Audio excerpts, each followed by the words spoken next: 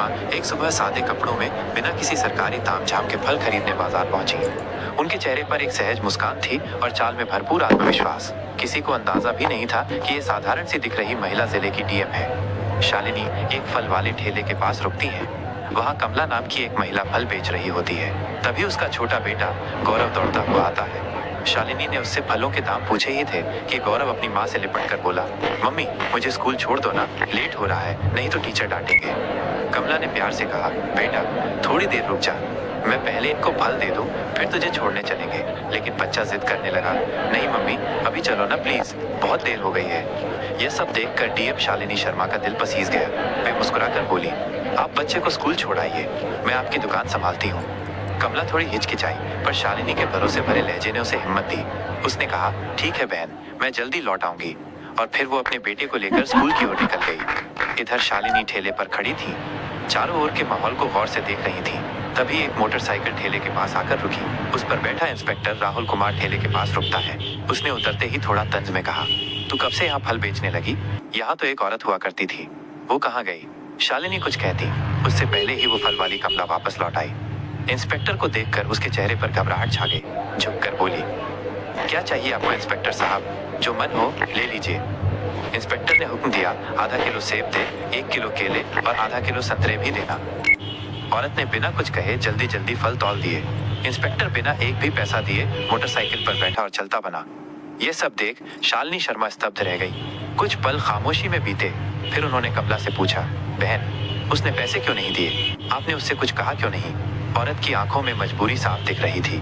धीमे स्वर में बोली, बहन क्या कहूँ, ये इंस्पेक्टर रोज ऐसे ही फल ले जाता है। जब कुछ बोलती हूँ तो धमकाता है, कहता है मुझसे पैसे लेगी, अभी तेरे ठेले को उठवा दूंगा। मुझे डर लगता है, अगर ठेला चला गया तो घर कैसे चलेगा?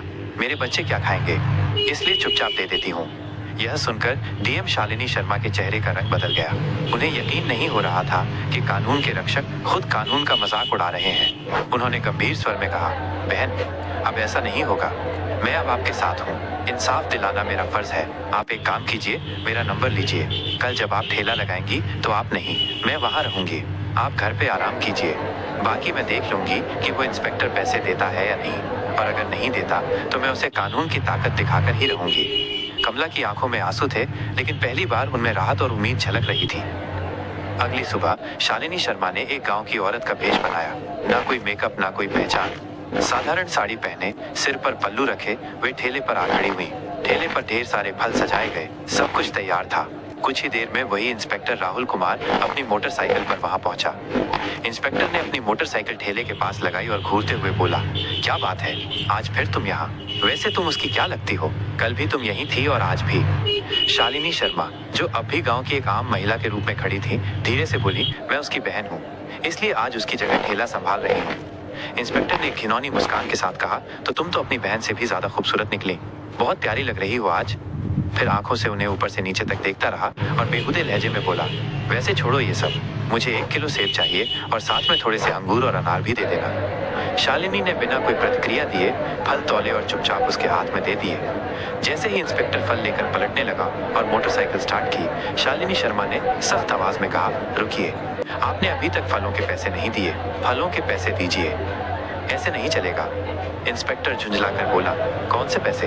मैं तो रोज फ्री में लेता हूँ, अपनी बहन से पूछ लेना, वो तो कुछ नहीं कहती, और तुम ज्यादा जुबान मत चलाओ मेरे सामने। वो फिर से जाने लगा। तभी शालिनी ने तेजी से कहा, आप मेरी बहन से चाहे जैसे लेते हो, लेकिन मुझसे नहीं, फलों के पैसे देने होंगे। हमें भी पैसे खर्च करके ही ये फल लाने पड़ते हैं, और अगर हम एक दिन फल न बेचें तो हमारे घर का चूल्हा नहीं जलता। आप जैसे लोग फ्री में फल ले जाकर हमारे पेट पर लात मारते हैं। इतना सुनना था कि इंस्पेक्टर का घमंड भड़क उठा। उसने गुस्से में आकर एक जोरदार थप्पड़ शालिनी के गाल पर जड़ दिया। शालिनी लड़खड़ाई, लेकिन खुद को संभाल लिया। आंखों में आंसू थे, लेकिन आत्मसम्मान अब और चुप रहने को तैयार नहीं था। शालिनी ने कांपती आवाज में कहा, आपने एक महिला पर हाथ उठाकर बहुत बड़ी गलती की है, इसका अंजाम भुगतना पड़ेगा आपको। इंस्पेक्टर और भड़क गया, गुस्से में चिल्लाया, तू मुझे सिखाएगी? तेरी इतनी औकात, अभी बताता हूँ। फिर उसने शालिनी के बाल खींच लिए। शालिनी दर्द से करा उठी, लेकिन बाल छुड़ाकर बोली, ये सब बहुत गलत हो रहा है, मैं तुम्हारे खिलाफ रिपोर्ट करवाऊंगी, तुम्हें फलों के पैसे देने ही होंगे। लेकिन इंस्पेक्टर अपनी हैसियत के नशे में डूबा हुआ था। बोला, रिपोर्ट? तेरी इतनी औकात है? तू एक फल बेचने वाली और मैं इस थाने का इंस्पेक्टर। मैं तुझे यहीं खड़े खड़े खरीद सकता हूँ। ज्यादा जुबान चलाई तो उल्टा तुझे ही जेल में डाल दूंगा। इतना कहकर वो मोटरसाइकिल स्टार्ट कर वहां से चला गया। शालिनी गुस्से से कांप रही थी, लेकिन अब भी उन्होंने खुद को संयमित रखा। वो जानना चाहती थी कि ये इंस्पेक्टर कितनी हद तक गिर सकता है। कुछ पल ठेले के पास बैठने के बाद उन्होंने फल वाली को फोन किया और कहा, अब तुम ठेले पर आ जाओ। फल वाली के आते ही शालिनी वहां से चुपचाप निकल गई।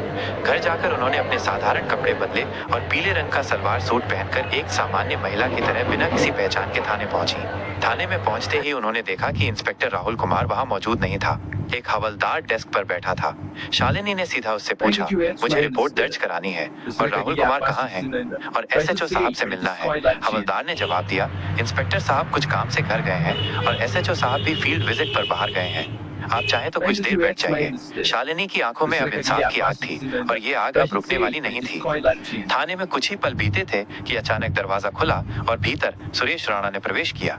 भारी कदमों के साथ अंदर आते ही उसकी नजर पीले रंग का सलवार सूट पहने उस साधारण सी दिखने वाली लड़की पर पड़ी, जो और कोई नहीं बल्कि शालिनी शर्मा डीएम थी। सुरेश राणा ने कड़क आवाज में पूछा, तुम कौन हो और यहाँ क्यों आई हो? शालिनी ने शांत स्वर में कहा, मुझे रिपोर्ट दर्ज करवानी है।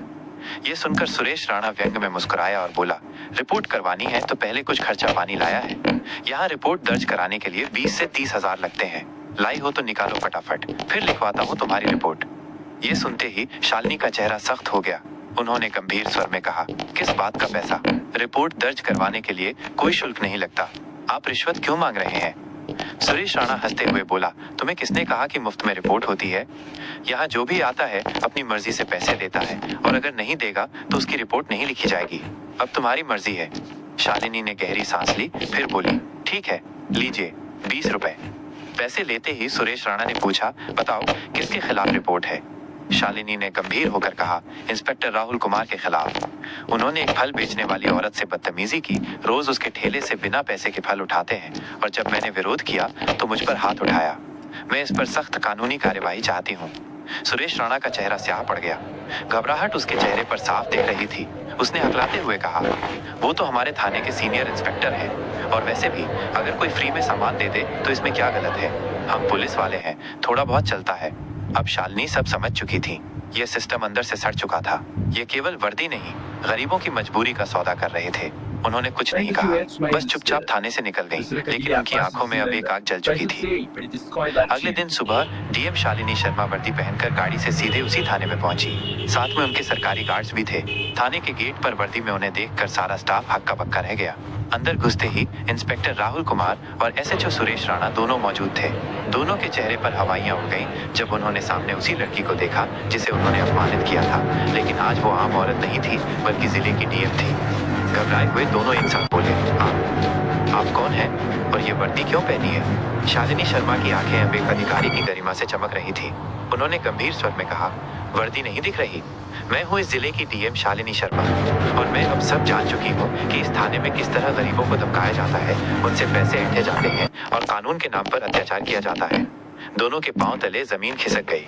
घबराहट में उनकी आवाज कांपने लगी। मैडम, ये क्या कह रही हैं आप? अगर आप वाकई डीएम हैं तो हमें कोई आईडी दिखाइए। शालिनी ने बिना एक शब्द कहे अपने बैग से सरकारी पहचान पत्र निकाला और सुरेश राणा के सामने रख दिया। आईडी देखकर सुरेश राणा के हाथ कांपने लगे। उसके चेहरे से सारा रंग उड़ गया। तुरंत हाथ जोड़ते हुए नीचे झुक गया। माफ कर दीजिए मैडम, मुझे नहीं पता था कि आप डीएम मैडम हैं। मुझसे बहुत बड़ी गलती हो गई। पीछे खड़ा इंस्पेक्टर राहुल कुमार भी अब तक घबराया हुआ था। वो भी हाथ जोड़कर बोला, मैडम जी माफ कर दीजिए, जो हुआ गलती में हुआ, आगे से कभी नहीं होगा। दोनों अधिकारी अब शर्मिंदगी में सिर झुकाए खड़े थे, लेकिन डीएम शालिनी शर्मा की आवाज में अब कोई नरमी नहीं थी। उन्होंने कठोर स्वर में कहा, आज से तुम दोनों सस्पेंड हो। वर्दी पहनकर तुमने क्या किया है उसका हिसाब अब कानून करेगा। इस जिले में अब गरीबों का अपमान नहीं होगा, न ही वर्दी की आड़ में लूटपाट। फिर उन्होंने पीछे खड़े